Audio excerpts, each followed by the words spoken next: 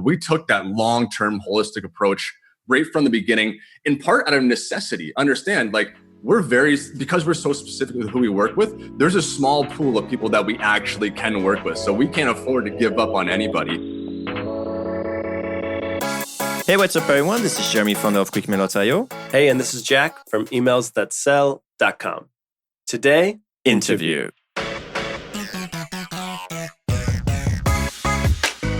All right, cold emailers, we are joined today by Trevor Pare, co-founder of DarkRoast.co, a first of its kind graphic design shop for marketers and really anyone who needs high quality design work. Trevor has been crushing it with cold email, and he's gracing us with his presence on the podcast today to talk growth and what is working with cold email. Trevor, welcome. Hey, welcome. Thank you, gentlemen. Thanks so much for having me.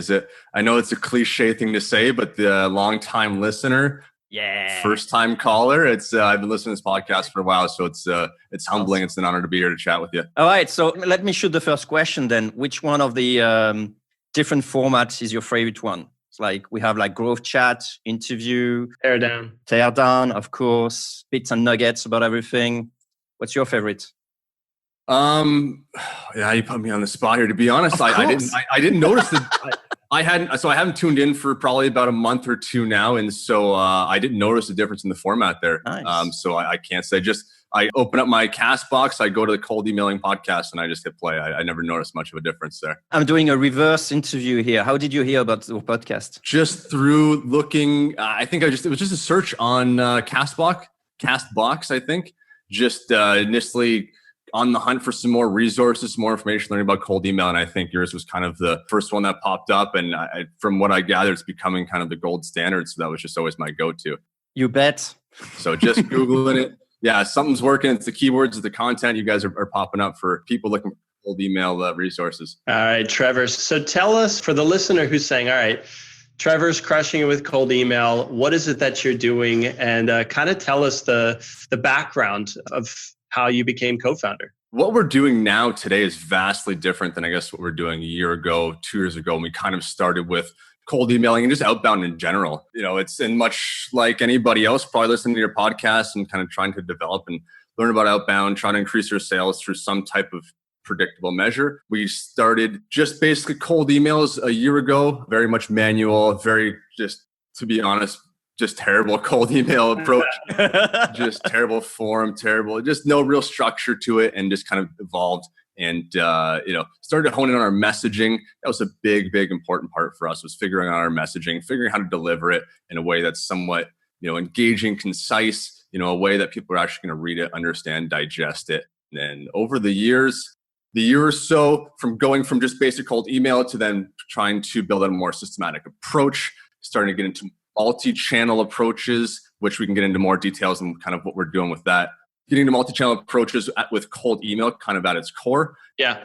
Evolving to much more robust cadences and sequences to what we are today, actually using, and now we're starting to implement a lot more kind of video messaging in our cold emails and in our approach. And that in itself is a whole other world that we've kind of uncovered recently. Exciting, and it's a new way of doing things, and I'm not sure how many people you guys have coming on the cast talking about that now. I know it's obviously a new kind of emerging type of approach, but for us, we've just seen tremendous results, and that's what we're focusing on today. And so it's, had you asked me that question 6 months ago, vastly different. And to be honest, I feel now we have a pretty robust outbound program, primarily predicated on cold email. And it's really just something we've started a year and a half ago. So fairly new, but a lot of learning, a lot of developing over the last year to something where we're proud of, and that works really well for us. Thanks, Trevor. And I got to say, for those of you tuning in, I exchanged a couple of emails with Trevor, I don't know, what was it, 4 or 5 months ago? No, maybe 4 months ago. And the reason I really insisted in trying everything I could to get you on this podcast was a reply that you sent that said, there's something along the lines of, hey, yeah, so you're still doing like cold email, how's it going? I think I kind of mentioned that vaguely. And you said it was working so well, we had to pause it in order to fill demand. We'll get back to it shortly. And I was like, all right, this guy knows what he's doing here. So kudos for that. You've made it to the gold standard of cold email results whenever you pause because of volume. So congrats. But really quick, we've got listeners who might be interested in DarkRoast. Tell us what it is. If I butchered the fact that it's a graphic design shop, I mean, what are you guys selling here?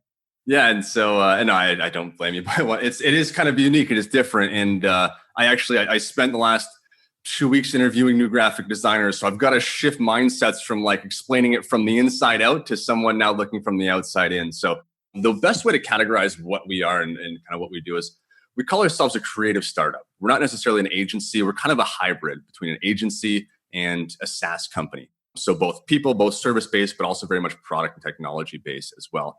Our core product, what we sell and what we offer is what we call graphic design on demand. So that's essentially what we do is we try to offer the people that we work with the same experience as having their own in-house designer, but actually in a way that's it's a lot more scalable, a lot more efficient, and a lot more affordable. We started 5-6 years ago as a full service creative marketing agency, your standard brick and mortar agency. We did it all from web to video to social media, print. We did anything that somebody would pay us for. And so at some point we were growing, but things were kind of growing out of control. And we just didn't have a business that felt right, that felt under control, felt like it was something enjoyable. So we took a step back and we said, like, how can we change things? What can we do to make our lives easier and more efficient and more profitable and just be a lot more effective and have something that actually scales, a lot easier. And so we started to implement these changes in our business back then. One being scale down the service offering. So we went just to graphic design. Another one, we went to a flat rate pricing model. So we didn't have to count hours. We didn't have to send out invoices. And then the final was we wanted to build, first of all, we wanted to find, a tool that would allow us to manage our projects and manage all of our relationships and our communication, our files in a way that made sense for us with how we were doing things. And we didn't find anything out there. So we just built one ourselves. So over the last couple of years, we've been kind of building our own project management tool that worked for how we did things. And so once we took a step back and we looked at everything we have, we created this unique experience. And what initially was, we set out to do this for ourselves, make ourselves our lives a little bit easier and make ourselves a lot more effective and more efficient. What we ended up creating as a byproduct was actually a much more higher quality service to our clients. And so it ended up being the best of both worlds where we were able to make our lives easier and our clients easier. And so this combination of these changes and these things that we implemented and what ended up becoming our core tenets, which was the unlimited graphic design, the flat rate pricing model, and the having our request management system, ended up creating this on-demand graphic design experience. And so we just kind of had that name because it was, made it a little bit easier to explain what it was by giving it some catchy names. So we came up with graphic design on demand by DarkRoast Design. So we the name before was DarkRoast Digital when we were a full service digital agency, and then to kind of signal that change in our history and that change in our service offerings, we switched over to DarkRoast Design, and we're just kind of going by DarkRoast.co right now. Is something we're tinkering with. Question for you, Trevor. You obviously spend a lot of time just explaining us the story and the offering and where it comes from and so on. How long did that actually take you to synthesize that into, hopefully, or I'm guessing, this is actually a small email, very targeted, straight to the point that you're actually sending as a cold email, because you can't afford having some fluff when you're actually doing cold email. So how did you come up to that clarity about this is the offering we're doing? This is our value proposition, full stop. Sorry, maybe you could add to that. You could tell us why you're so careful with who you serve and who you don't. Yeah. So I'll start with Jeremy, your question first. How long did that take us to kind of synthesize that in a way we could articulate it that didn't take the 10-minute backstory? It's still something we work on every single day. It being a unique type of experience, a unique service. Obviously this forum, we've got a little more time for me to go through the backstory and give a little more information. But when we're communicating directly with clients, we shorten it down. The elevator pitch is really, we give you a go-to graphic designer and a simple and easy way to get stuff done every week in minutes. And so it took us probably a year to be able to arrive at something like that. With all the pieces, with all the moving parts to it, it's hard to condense everything into a quick, easy, deliverable message, something we can pack into an email. And so we just we ended up reducing it down to, in our emails, was just, we can help you get stuff done a lot faster than what you're doing now. Language like that, right? Really just targeting, what the person that we're communicating with, what is their, given their work days, their interests, given, their pain points, what is the simplest way that we can communicate value, and just we'll help you get stuff done every week in a couple of minutes. And so, and that actually kind of goes hand in hand, Jack, with your question is, we mentioned we're very, very specific about who we work with. And that's kind of for multiple reasons. First, that's actually part of our model. That's what allows us to offer this service in the way that we are and still be efficient and effective. And the person that we work with exclusively with companies have a marketing manager. So we only work with companies that have a marketing manager. That's the person that we usually work directly with. That's the person that engages our service directly. So that's where a lot of our messaging is crafted around serving that person.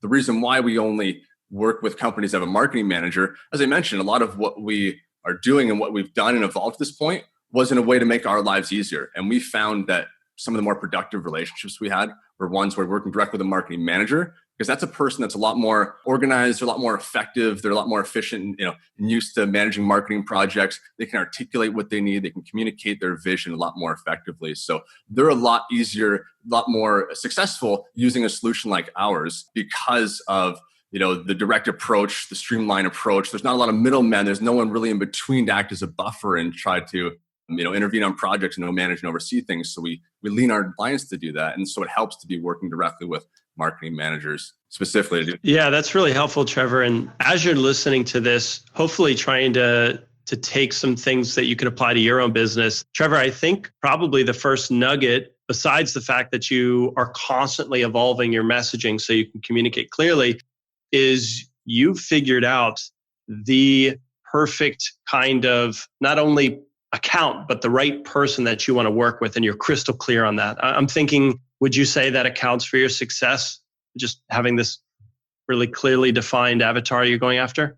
Oh yeah, 100%. It's success in our ability to sell this, and in success in our ability to accomplish the goal that we wanted to accomplish for ourselves, which was how do we create an agency?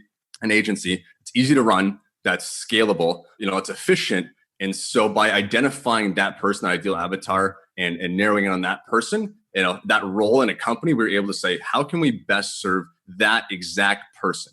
And how do we craft our message accordingly? Now, the fallback of that is it's very limited in who we can work with. We turn away 80% of the clients that approach us. We turn away more people than we actually take on as new clients because we're that specific.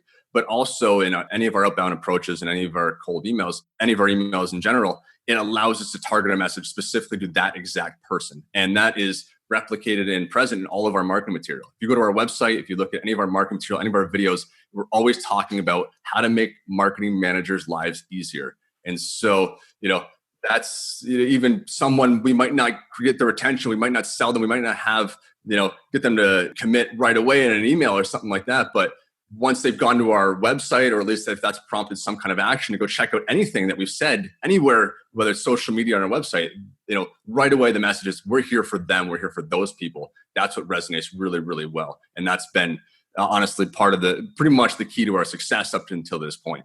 Yeah, Trevor, I'm curious.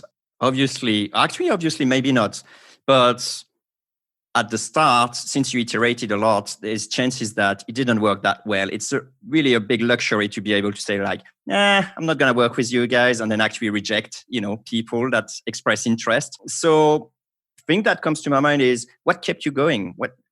Why did you actually, did you have success from the beginning? And if not, then what kept you going? Where did that confidence come from that it's going to work? Great question. So it might sound like, this was kind of something that happened overnight or fairly quickly. But in fact, this evolution from what we were to what we are today was kind of a slow process. And we tinkered with this graphic design on demand, this monthly subscription model, tested it out for years, actually. And so we were able to identify, which clients are we currently working with? Because back then it was, we were working with small business owners and, executives, self-employed. We were kind of working with everybody from different sectors. But you were still always on outbound, right? At that stage. Correct. So you kept on going with outbound. You didn't say at one point, like, screw it, that doesn't work. Let's do pay-per-click, or let's do, Facebook, social, whatever kind of thing. You actually stayed with this channel. What kept you going on that channel? So back, years ago, when we were the full service agency beginning our transition, we actually weren't doing a ton of outbound stuff. As I mentioned, we started outbound about a year and a half ago. And that there might be some more, give you more of a backstory there. We spent a couple of years kind of tinkering with this model, trying to figure out how to make it work. We had clients that we were testing on different pilot programs. And so we were able to identify that, okay, for marketing managers in a specific company and a specific size, this is the best possible solution for them. So we had the conviction already that, okay, we know, we can see firsthand it works for these people. So we want to focus just on these people. So it was actually about a year ago, May 1st of last year, we shut down the old business completely. We ended up firing 90% of our clients and starting basically from scratch with this new model. Now, we had a couple of clients that we started with, so we didn't go right to zero, but we still had that couple of clients.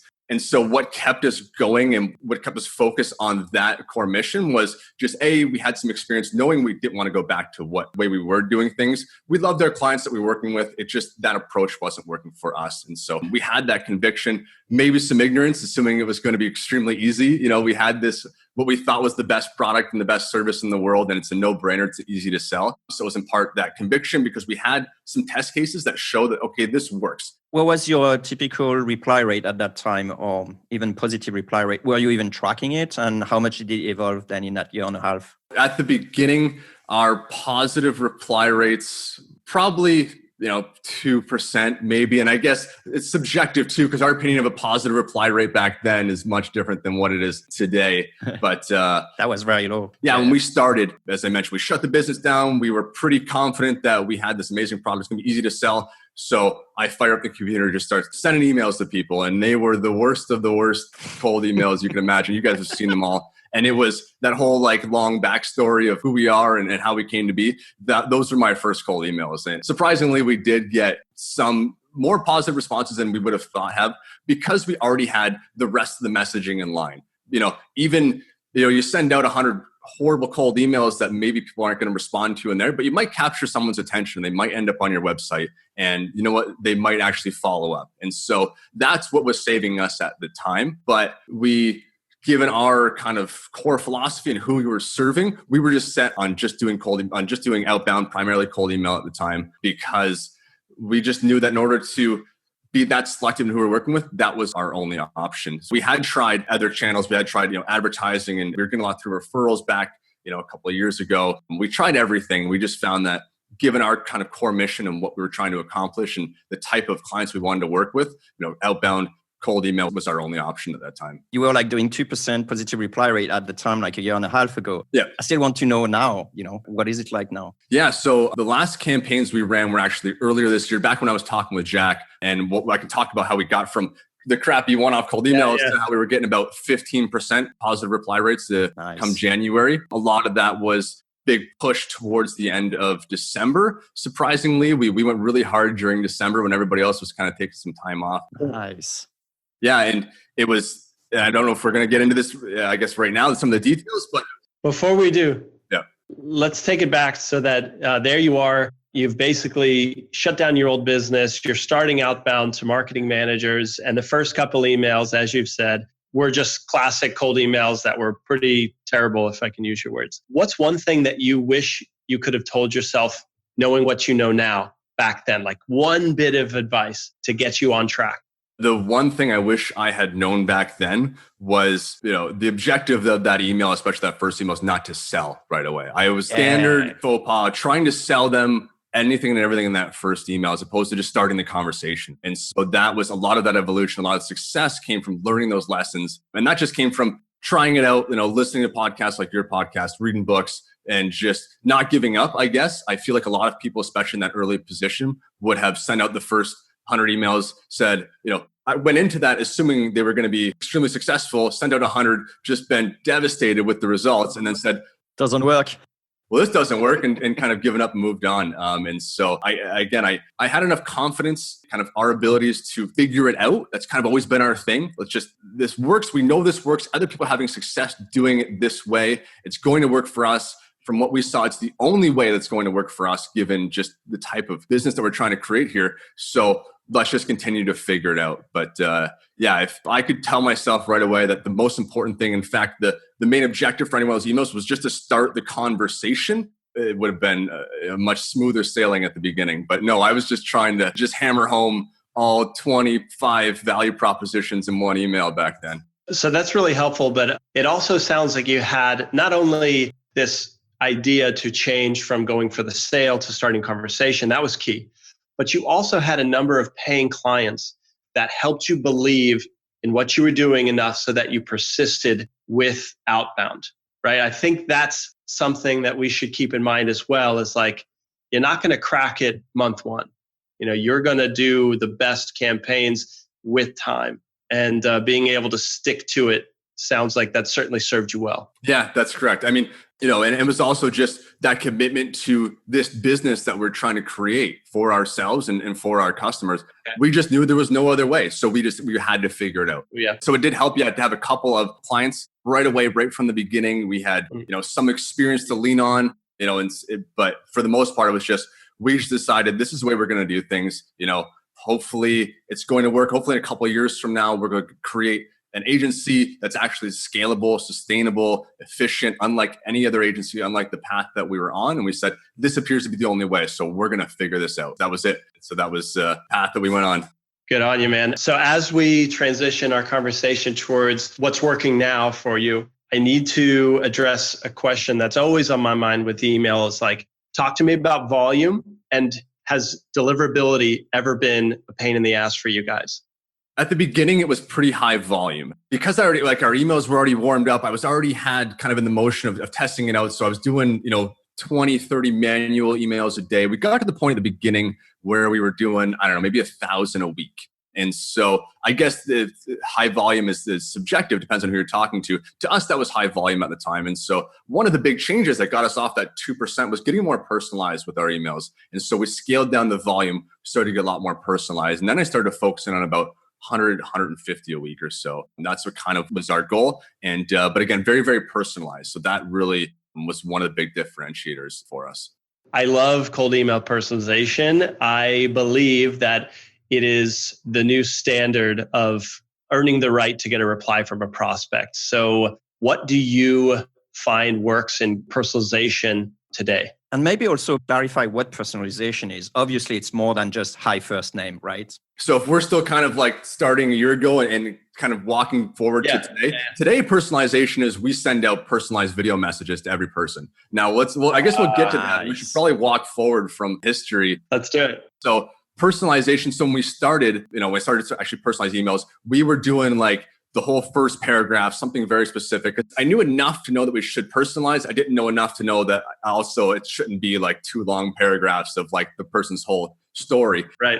That worked better, right? So that got us from our 2% positive reply rates up to, 4 or 5%. So it was working, but it wasn't sustainable. It wasn't something at the time I could just manage myself without taking, spending my entire day doing that. So I was doing like maybe 100, 150, like really, really personalized, really getting to know the prospect, reading their LinkedIn page, hey, I read this article, like having comments on the article. It worked really well. It did. But also we wanted to find a good balance of something that was scalable, a little more easily to implement.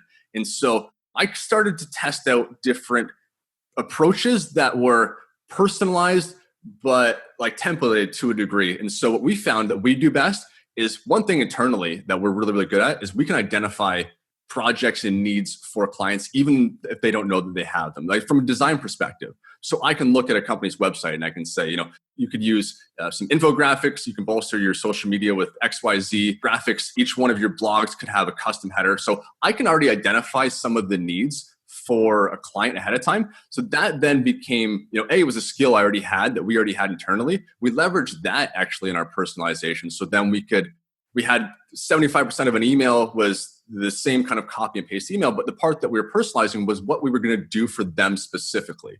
So that was something that took, was very, very highly personalized. And it was something that because of our resources, just the way our brains work internally, it's something we could actually do pretty quickly. I could look at a website, rattle off a couple of things. So that became our go-to way to personalize. Very, very unique to us, very, very specific.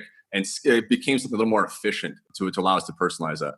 So along the way, would you be using screenshots, like images in your email? Would you just text only? That was just text only, yeah. For the longest time, just text only, yeah. So can you give me an example, like how you might word that if it's just text only, like use a graphic for each one of your blog posts? Something as simple as that or what? Yeah, so it'd be, so I'd reach out to someone. It's been a little while since I wrote one of these, so let's see. Yeah, sure. It's hey, so and so, Trevor from. Or actually, I stopped introducing myself, but hey, so and so, I saw that you were the marketing manager over at XYZ company. We work with other companies in the XYZ industry. We help them with things like Project 1, Project 2, Project 3, where I'd actually give specific examples. We help them with things like trade show booths, packaging design, and blog graphics about cats, like something, try to get specific. Love it. Okay. I'm kind of rattle off a couple things. So we work with companies in your industry. We help them with these specific things that they usually already doing, or things that they could be doing. So we'd say, we help companies just like yours with these specific things. Let me know if you want a hand with any of that kind of stuff. And there might be a little like PS in there or something like that. So that's kind of where we got to. So it was, it sounds very, very personalized if I'm pulling the ideas directly from their website, because sometimes people are doing things, their own way. They're doing very, very specific things. That's where we get right into that. If every Thursday they've got a specific post type, Throwback Thursday for some particular product offering, we would actually drill right down. We'd find that. We'd say, hey, we help companies with things like that. And we just mention what they're already doing.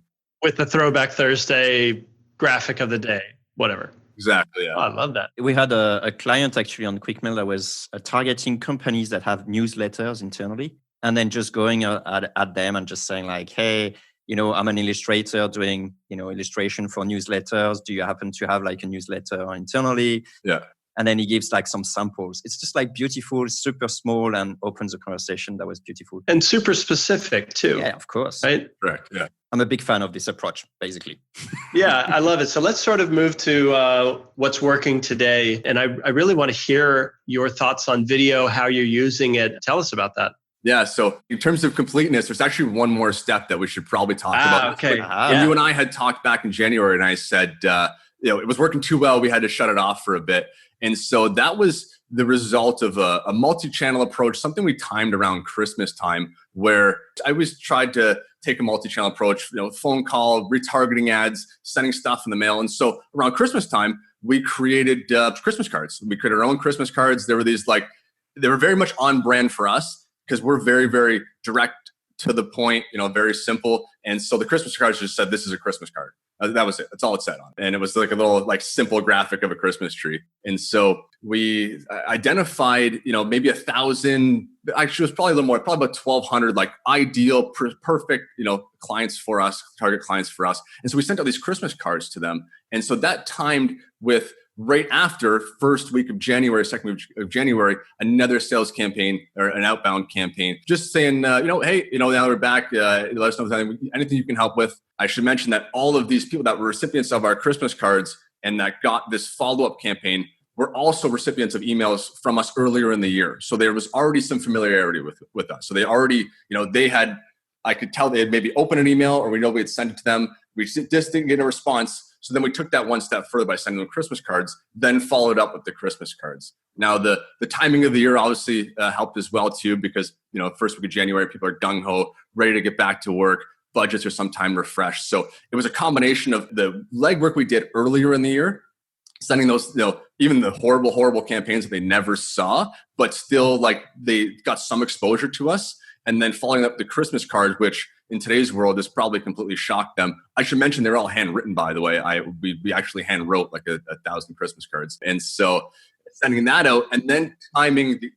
Must be fun working at your company, Trevor. I'll be honest. I hope nobody's listening that we sent a card to, but I outsourced that. I paid someone to write 1,000. There you go. I got terrible handwriting. I didn't actually do it myself.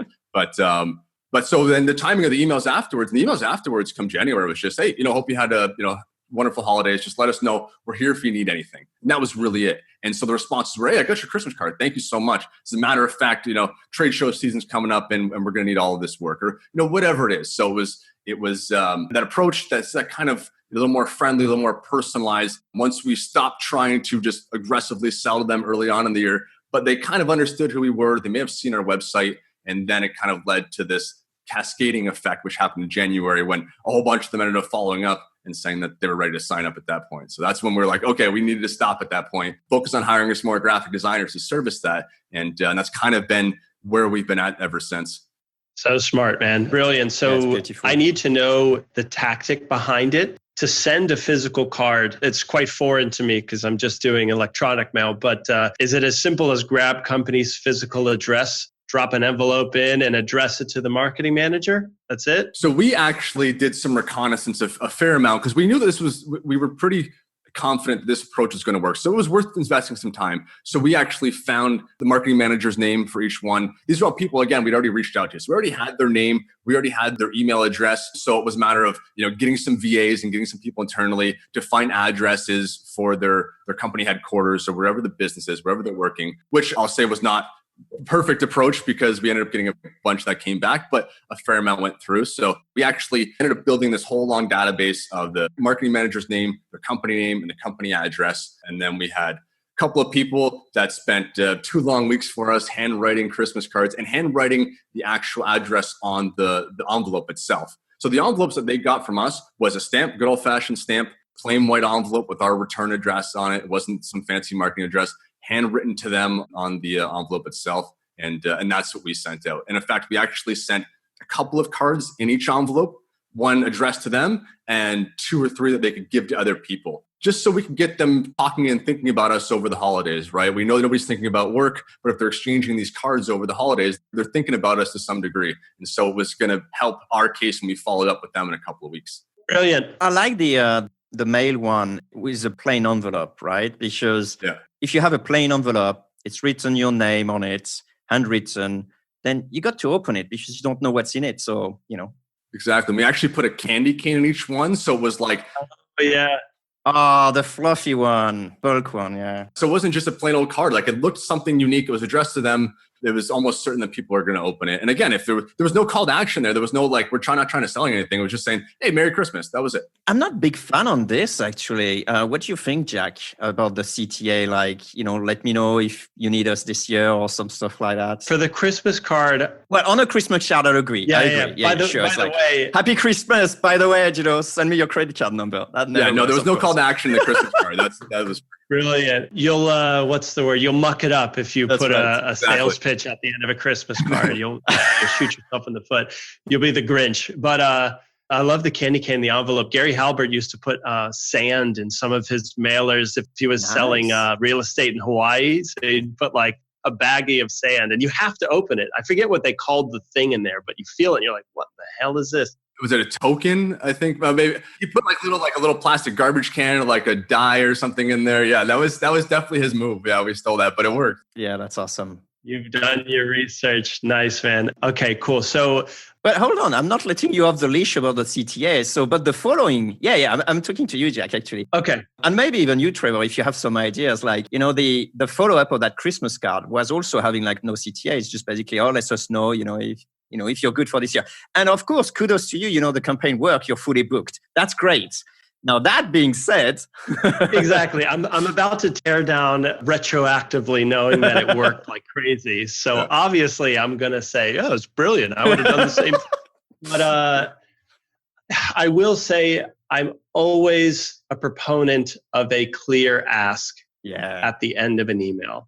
But this isn't the typical email campaign. You've tried to follow up with these leads 4 months ago. They didn't get back to you. You sent them a Christmas card. I would probably say something like, how was your holiday? ?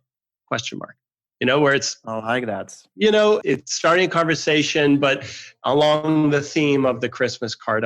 Trevor, anything you would have done differently knowing that it worked quite well for you guys? Yes, I agree with you guys 100%. Then sorry if that was misleading. There was no call to action in the first email of that sequence, but a week later, we follow up again asking, and our call to action, most of what we do is we essentially ask, what can we create for them? We offer a free trial as part of our service. So that's always our call to action. So once hey, happy holidays, hoping we can just spark an organic conversation with that first one, no response there, then it's following up a little more direct, like, hey, I'm sure you're busy. Let us know what we can create for you. I'm not sure if you saw we offer a free trial. Just let us know and we'll create it for you for free. Like something along those lines. That's really cool. So my question then is, was your campaign successful on the first email or on a follow-up that has a clear CTA? I would actually say majority was from the first one because in a lot of cases that started an organic conversation. And as I'm sure you've seen, like a lot of what we've done was with the intention of just having one action cascade into another. So the objective was always, hey, if they don't reach out, if they don't reply to my first email in the beginning of the year, just saying, hey, just hope you had wonderful holidays.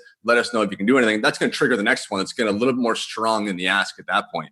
But we found that just a lot of people, and because of the timing, because of just where they were, a lot of people just naturally just started that conversation. That initial one is, hey, I had wonderful holidays. As a matter of fact, trade show season's coming up, so we might be able to use something. And that's that kind of, the sales sequence kicked in at that point, or the manual sales sequence kicked in at that point. But always having that extra couple of safety measures. If they didn't respond to that email, another one was coming their way in 2 weeks, 3 weeks, and it's kind of always having that follow up in place. Yeah, love it. So is it fair to say that from the very beginning, you've had a long-term view of these prospects? As soon as you shifted from start a conversation, you're willing to wait weeks and months and maybe years to get business from that prospect. There's no burning that. There's no breakup, go to hell, you didn't get back to me kind of thing, right? 100%. Yeah, that's always been our approach. And that's actually, I think, one thing we got right at the beginning, where a lot of people, they send their first couple emails, they send their email and they kind of give up on a prospect. But we took that long-term holistic approach right from the beginning, in part out of necessity. Understand, because we're so specific with who we work with, there's a small pool of people that we actually can work with. So we can't afford to give up on anybody. And also we know that having that constant outreach, that constant exposure has a compounding effect. There are people that we reached out to a year ago that are now kind of getting back in the mix and starting the conversation now. So we started back around May 1st with pretty long, let's just say 5,000 or so high-level prospects. And our plan was to slowly dwindle that down and warm them up to the point where now we're at a couple of hundred that are extremely, extremely warm. They've seen some emails, they've gotten something from us, and we continue to nurture those. So very much like a sales, type of a process where someone reaches out to you and you continue to nurture that lead. We nurture them even long before they're actually leads. We nurture them to the point they actually become leads for us. And so that's always been our approach. So the same people from last year, even if they haven't talked to us yet, are going to get Christmas cards from us this year. And they will get Christmas cards from us probably every single year because they've been identified as one of those ideal prospects for us. And because there's so few, we value them so highly. How big of a market are we talking about here? Because I really love that as well. 5,000. Yeah, okay. So the smaller the market, the more intimate you can be. High touch. Yeah, high touch, definitely. And so you're not so eager to burn the leads. Right. So we are coming away from that mentality about volume. Correct. Yeah. But how do you re-engage a lead? Let's say you sent them a campaign. I don't know. There's 3 or 4 touches on it over the course of, say, 2 months. Percentage of them don't respond. You decide to send them a Christmas card 3 months later. Very good. Now you follow up with the post-Christmas 1 or 2 emails. Very good. How the hell do you go back to that first list 9 months ago and nurture them, right? How would you nurture that list? Yeah, so a couple of ways. It's either just generally reaching out. So I use LinkedIn Sales Navigator, so I can see what they're doing. So if their company has a big raise, if there's an event, or if there's something notable, just reach out and just try to start a conversation based on that. But primarily also, just kind of sharing content with them as well, because our market is so specific. Yeah. If we create content targeted to marketing managers, we know that it applies to every person on that list. So we can just go back and say, hey, we created this ebook. We wrote this blog post. Just wanted to send this your way. Thought you might be interested in that. And so that's just another way. Sometimes there's an ask there. Sometimes sometimes it's just left open-ended like that. Just the intention of just always being top of mind with them and just kind of having reasons to come back. You're right. It's not the same, hey, you're ready to buy from us. It's not just sending that every couple of months or so. It's really reaffirming and letting them know that we're here for them, that we're here to make the lives of marketing managers a lot better and a lot more productive. Cool. And our messaging and our content that we're sending them is just kind of always reaffirming that. Okay, so we're going to get to your video and some questions about scale in a moment here, but I just need to clarify because you're taking a multi-channel approach. I think that's great. But I'm curious, when you'd circle back with, let's say, an ebook that you published, you have a list of marketers that is not opt-in.